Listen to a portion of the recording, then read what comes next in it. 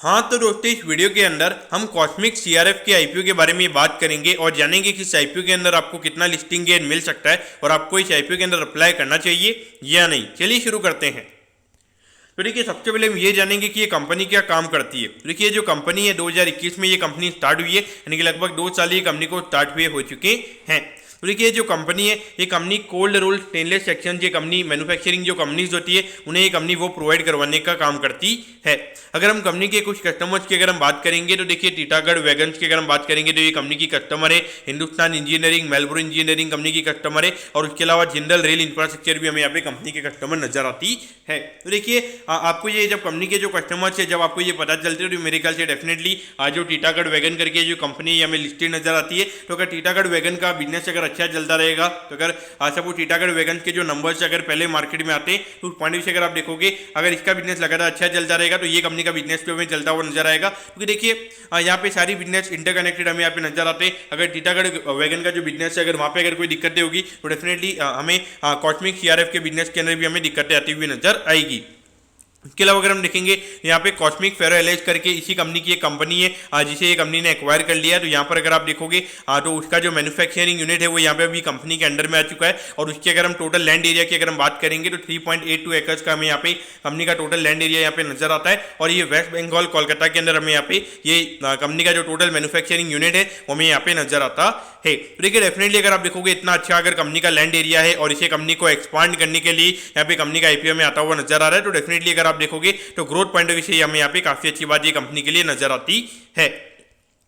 अब अगर हम यहाँ पे कंपनी की ऑर्डर बुक की अगर हम बात करेंगे तो देखिए, पहले 536 करोड़ की हमें यहाँ पे कंपनी की ऑर्डर बुक यहाँ पे नजर आती है और जिसमें से अगर आप देखोगे 135 करोड़ की ऑर्डर्स कंपनी ने एग्जीक्यूट कर दिए और अभी लगभग 400 करोड़ के लगभग की ऑर्डर बुक हमें यहाँ पे अभी भी कंपनी की नजर आती है। तो देखिए, अभी अगर पिछले एक साल में अगर कंपनी ने 135 करोड़ का ऑर्डर अगर यहाँ पे कंपनी ने एग्जीक्यूट किया है, यहाँ पे जो 400 करोड़ की ऑर्डर बुक है हमें लगता है कि लगभग 1.5 से 2 साल के अंदर हमें यहाँ पे कंपनी एग्जीक्यूट करती हुई नजर आएगी।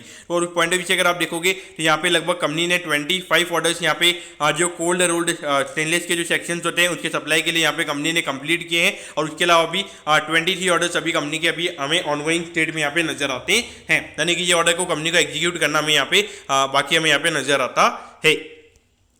अब अगर हम ऑब्जेक्टिव की अगर हम बात करेंगे, यानी कि जो आईपीओ से कंपनी को पैसा मिलने वाला है उसे कंपनी कैसे यूटिलाइज करने वाली है, तो देखिए यहाँ पे जो कंपनी की मैन्युफैक्चरिंग यूनिट है उसे कंपनी को एक्सपांड करना है।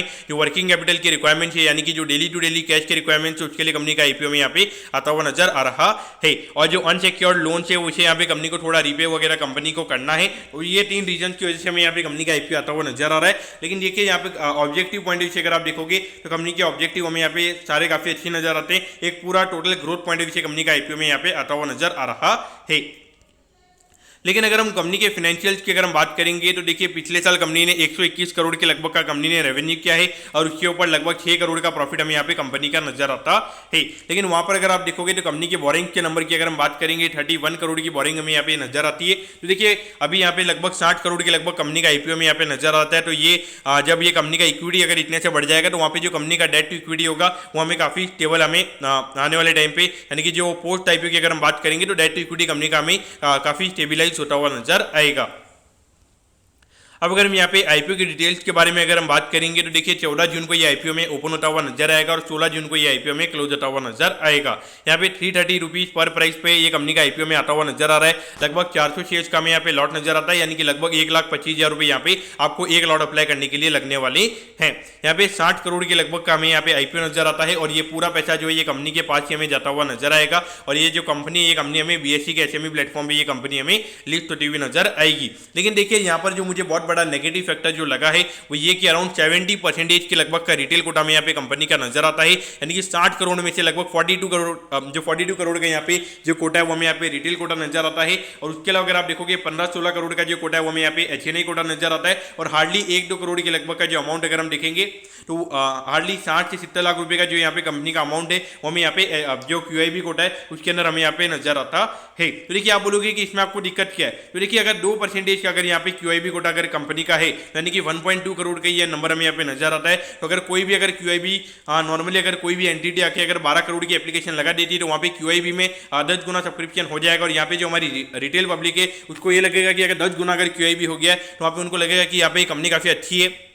क्योंकि अगर आप देखोगे बाहर से अगर हम विंडो ड्रेसिंग की अगर हम बात करेंगे तो हर किसी को ये कंपनी काफी अच्छी नजर आएगी, जिस तरीके की ऑर्डर बुक वगैरह है। लेकिन देखिए जब ये 10 गुना QIB का नंबर देख के सब रिटेल पब्लिक अगर यहाँ पे काफी डिमांडिंग में अगर यहाँ पे IPO लगाएगी, लेकिन देखिए जब रिटेल के हाथ में काफी ज्यादा माल जब आ जाता है तो वहाँ पे कोई एडिशनल बायर नहीं होता है, क्योंकि कोई एडिशनल आपका पैसा कब बनेगा, अगर कोई आके प्रीमियम पे आपके शेयर खरीदेगा तभी आपके पैसे बनने वाले हैं। लेकिन यहाँ पर अगर 70% अगर माल अगर रिटेल के हाथ में चला जाएगा तो वहाँ पे मुझे लगता है कि कोई ज्यादा यहाँ पे पैसे बनने वाले हैं, खास करके listing gain point of view से मुझे लगता है कि यहाँ पे आपके कोई पैसे बनने वाले हैं।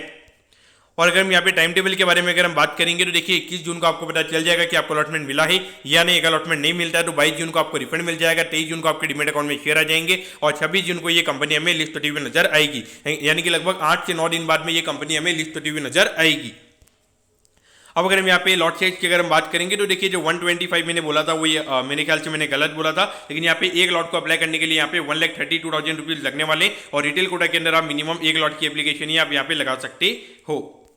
अब अगर हम यहाँ पे कुछ वैल्यूएशन के पैरामीटर्स के बारे में अगर हम बात करेंगे तो देखिए यहाँ पर अगर हम मार्केट कैप के बारे में अगर हम बात करेंगे तो लगभग 260 करोड़ के मार्केट कैप पे ये कंपनी का IPO में आता हुआ नजर आ रहा है। तो अगर हम यहाँ पे पी रेशियो की अगर हम बात करेंगे तो 6-7 करोड़ की भी अर्निंग्स अगर हम यहाँ पे मान के चलते हैं तो उसके हिसाब से लगभग 28 से 30 के पी रेशियो पे ये कंपनी का IPO में आता हुआ नजर आ रहा है। तो वैल्यूएशन वाइज अगर आप देखोगे तो 28 से 30 का पी रेशियो आप अगर आप ऑर्डर बुक के हिसाब से अगर आप बात करोगे तो आपको लगेगा कि यहाँ पे काफी अच्छी ग्रोथ के नंबर्स कंपनी के हमें आने वाले टाइम पे आते हुए नजर आएंगे। तो देखिए ये सब चीजें मेरे ख्याल से नहीं देखना चाहिए। अगर 30 के पी रेशियो पे अगर पब्लिक के पास में अगर काफी ज्यादा माल रहेगा तो मुझे नहीं लगता कि वहाँ पे कोई ज्यादा आपको लिस्टिंग इन मिलेंगे, क्योंकि देखिए जितनी भी जो रिटेल पब्लिक होती है वो फर्स्ट दिन आके फुल टू वहाँ पे बेचने के मूड में लगी हुई रहती है। तो मुझे लगता है कि लिस्टिंग इन के पॉइंट ऑफ व्यू से यहाँ पर आपने अप्लाई करना चाहिए। हाँ, लेकिन अगर आपका 5-6 महीने का व्यू, अगर आपका 2 साल 3 साल का व्यू अगर आपका है तो मेरे ख्याल से डेफिनेटली आपने यहाँ पे अप्लाई करना चाहिए। क्योंकि जो ऑर्डर बुक की अगर हम बात करेंगे जो आने वाले टाइम पे अगर वो रेवेन्यू में जब कन्वर्ट हमें होती हुई नजर आएगी तो वहाँ पे हो सकता है कि मार्केट डेफिनेटली कंपनी को लाइक करेगा और वहाँ पे मुझे लगता है कि थोड़ी वहाँ पे कंपनी की जो स्टॉक प्राइस है वहाँ पे हमें बढ़ती हुई भी नजर आएगी। लेकिन मुझे यहाँ पे लिस्टिंग इन के पॉइंट ऑफ व्यू से ऐसा लगता है कि कहीं ना कहीं यहाँ पे एक रिस्क रहेगा और मुझे ये नहीं लगता कि यहाँ पे कोई बम्पर लिस्टिंग हमें देखने को मिलेगी। या तो 10% नीचे लिस्टिंग हो जाएगी या तो 10% हमें यहाँ पे ऊपर ये लिस्टिंग होती हुई नजर आएगी। लेकिन मुझे लगता है कि यहाँ पे कोई 50-60% का जो लिस्टिंग है वो यहाँ पे आपको मिलता हुआ नजर आएगा। बाजार में यहाँ पे बहुत ये अट्रैक्टिव स्टॉक यहाँ पे नजर आएगा, क्योंकि बहुत सारे ब्रोकर यहाँ पे जो रिटेलर्स है उनको माल चिपकाने की कोशिश यहाँ पे कर रहे हैं। लेकिन अपने यहाँ पे बच के रहना पड़ेगा। मेरे ख्याल से जो बाकी अच्छी IPO वहाँ पर आपने अपनी कैपिटल एलोकेशन करना चाहिए। तो दोस्तों मैं होप करता हूँ कि कॉस्मिक CRF के IPO के बारे में आपको सब कुछ समझ में आ गया होगा। अगर आपकी कोई भी क्वेरीज है आप कमेंट कीजिए, मैं जरूर आपके कमेंट पर रिप्लाई करूंगा। ओके दोस्तों, thank you, have a nice day.